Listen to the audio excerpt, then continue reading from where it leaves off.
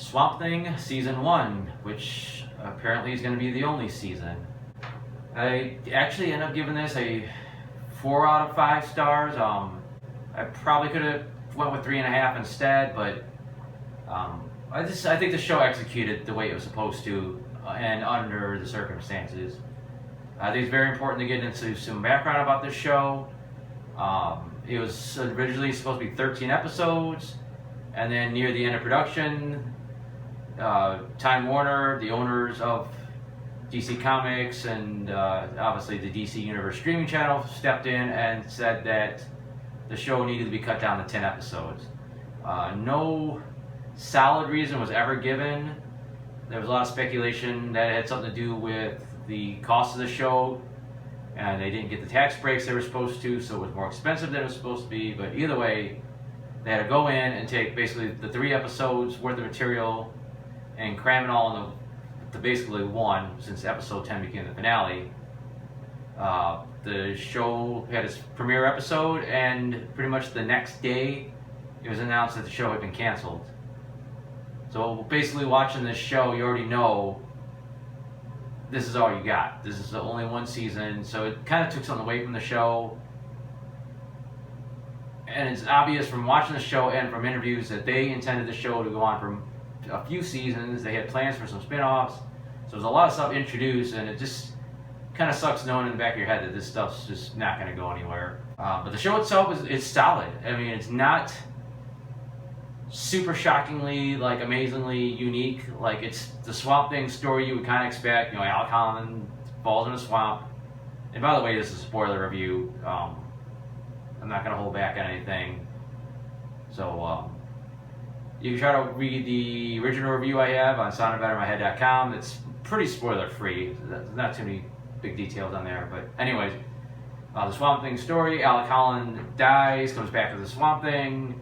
You got your stereotypical evil business guy that's kind of like causing trouble in the background, and a few odds and ends characters, in the mix. So it's nothing plot-wise that's like groundbreaking, but it's executed very well. Crystal Reed, who plays Abby Arcane, does a fantastic job. She's very likable. She's just, you really side with her. You really root with her. She's your kind of introduction back into this world. Andy Bean, who plays Alec Holland, very likable. Of course, he dies early on.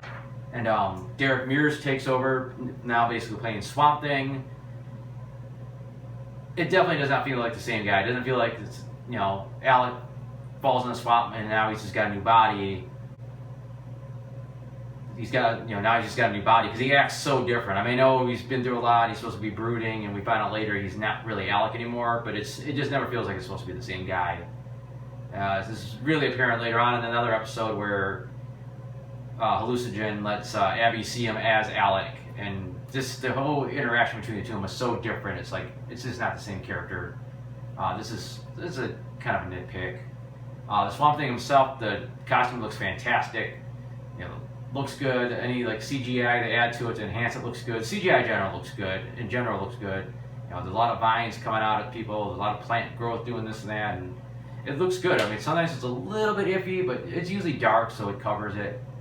The show is very gory. There's a lot of blood, and not so much blood and guts, but there's a lot of blood. There's limbs ripped off. There's jaws ripped off. There's hands in the garbage disposal.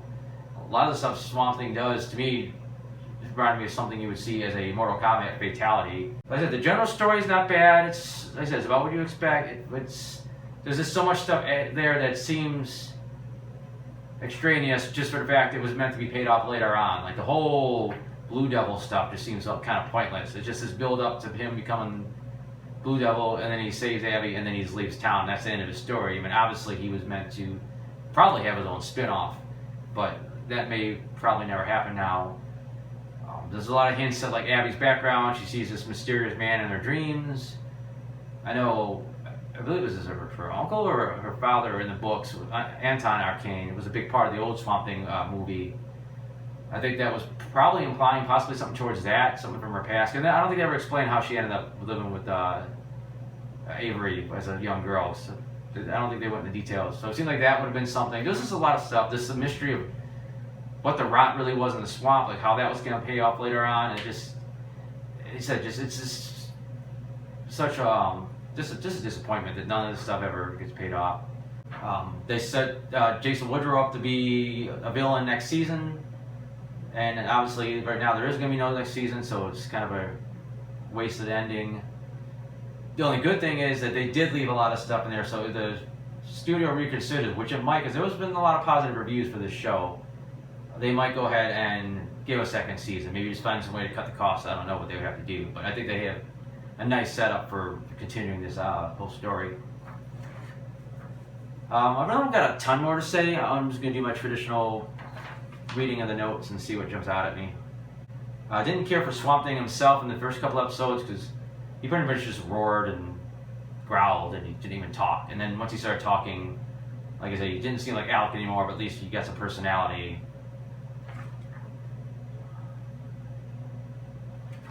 Characters were kind of all over the place, especially at the end of the season. It seems like they just wrapped a lot of stuff up quickly.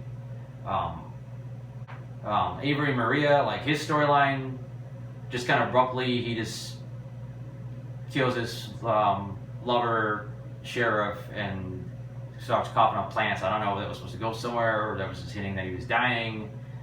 This weird thing where Maria was angry, and then she went crazy, and then she almost died, and then she was normal. And then she became like really aggressive and started trying to take out Avery and take over his business. And then she got locked in the loony bin, and then she suddenly went crazy, like completely. And then that kind of ended it for her.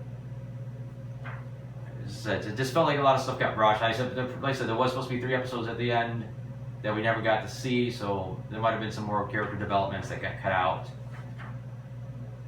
But the whole thing with the voodoo stuff, again, just felt like it was something that was going to pay off later or pay off somewhere else, and it just seemed completely pointless. It would just seem kind of random. She would show up, tell people some voodoo stuff, do some cards, touch people and get rid of their pain or whatever, and then disappear for like 3-4 episodes.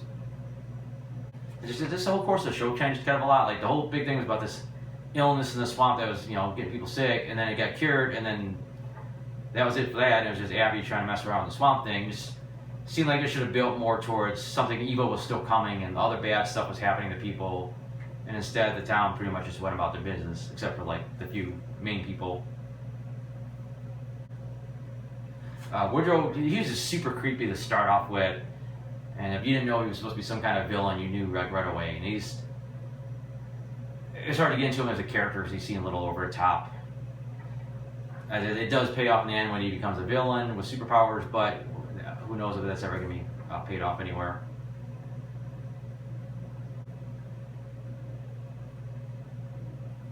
I believe in the comics, Abby has some type of empathic abilities, and I think her hair is like an odd color, like partially white or something.